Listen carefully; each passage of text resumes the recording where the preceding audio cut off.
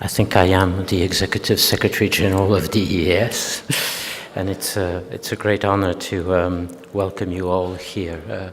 I will say a few introductory remarks, but of course you will have the High Representative herself, Cathy Ashton, later on this morning at 12 o'clock, and there will be the real intervention.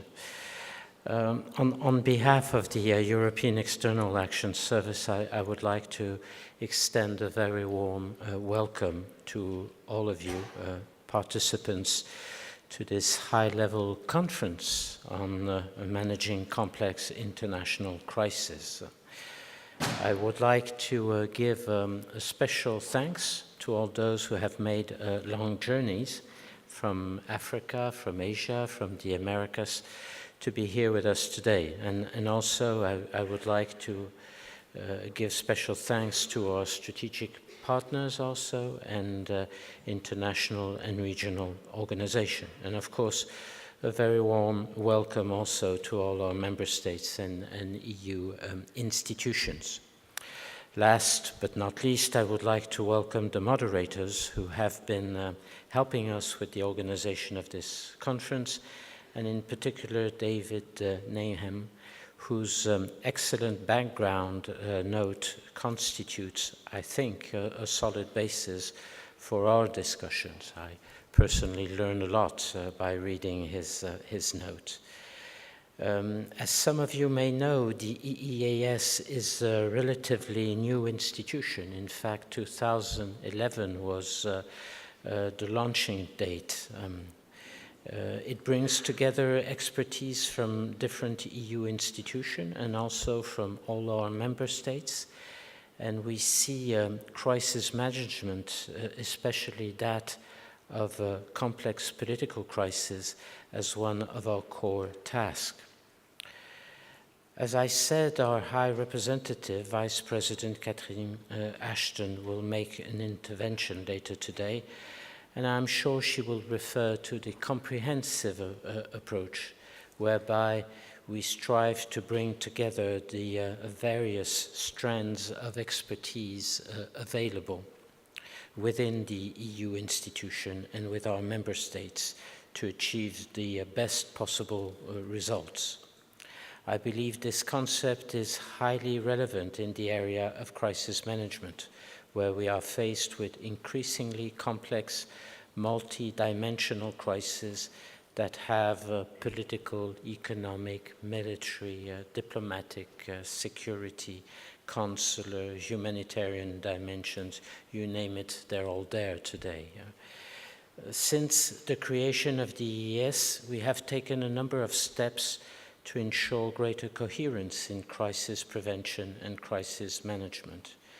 The creation of the Department for Crisis Response and Operational Coordination, headed by Agostino Miozzo, who's here, was the first such step. And the co-location of civilian and military personnel, the duty officers and watchkeepers in the EU sit room was another important step and a good example of civilian-military cooperation.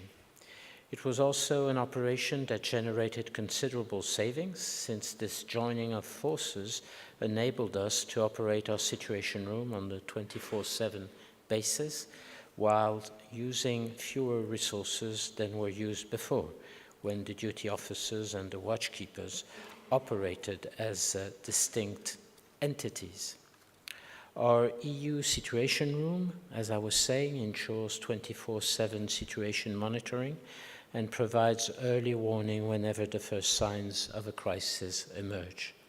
It is also the first contact point for all our staff, civilian staff posted in our delegations throughout the world, and military staff serving in one of our numerous peacekeeping missions.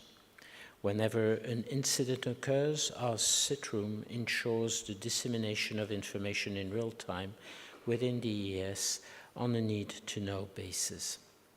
We have also created a number of new crisis management fora.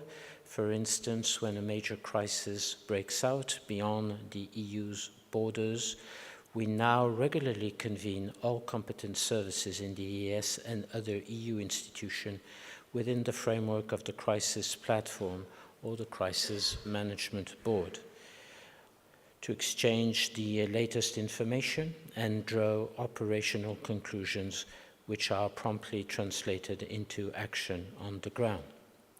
Both the Crisis Platform and the Crisis Management Board are groundbreaking innovation in our administrative organization. That, too, is a considerable progress, especially given the increase in complex multidimensional crises, and which therefore require the pooling of our expertise and resources. To have all our different services inside the EEAS and outside in institution work together is a real challenge as it changes habits and tradition here in Brussels. Let me also refer to the fact that we have gradually extended the distribution of our non-classified early warning information products to other institutions, member states, and also international and regional organizations with whom we closely cooperate.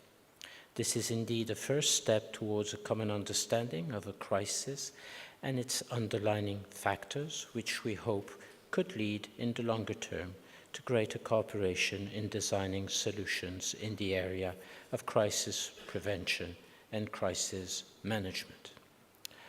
Our partners in the crisis centers around the world have a special role to play to help us understand the reality of the crisis they are confronted with in their own regions. This is why I'm particularly happy to note progress already achieved in our cooperation in the area of crisis management with various regional organizations such as the League of Arab States, the African Union, ASEAN, and last but not least, the Organization of American States.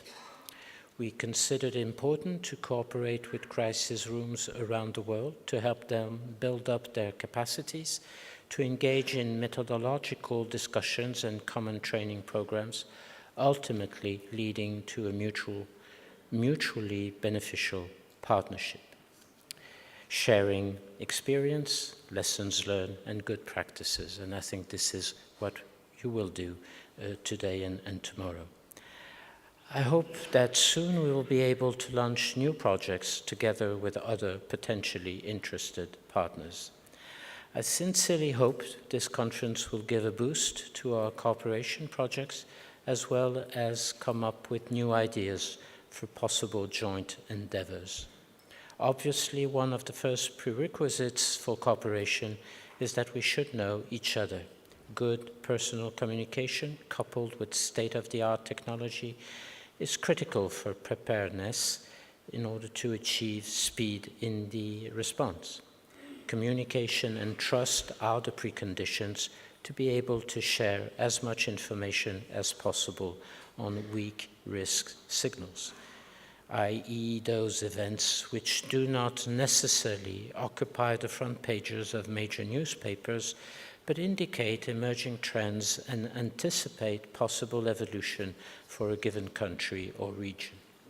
In this respect, events such as this one are much more than outreach or networking events. They help set the basis for possible future collaboration. Because, as I said at the beginning of my intervention, the EEAS is a young institution, we therefore have a lot to learn from the experiences of other organizations or states with a longer experience than ours. This is why we are eager to listen to you all and to your experiences and suggestions, because we are convinced that this important event could pave the way to strengthening our current cooperation and stimulate opportunities for future projects. I thank you all for your attention, and I wish you all a very interesting and fruitful conference. Thank you very much.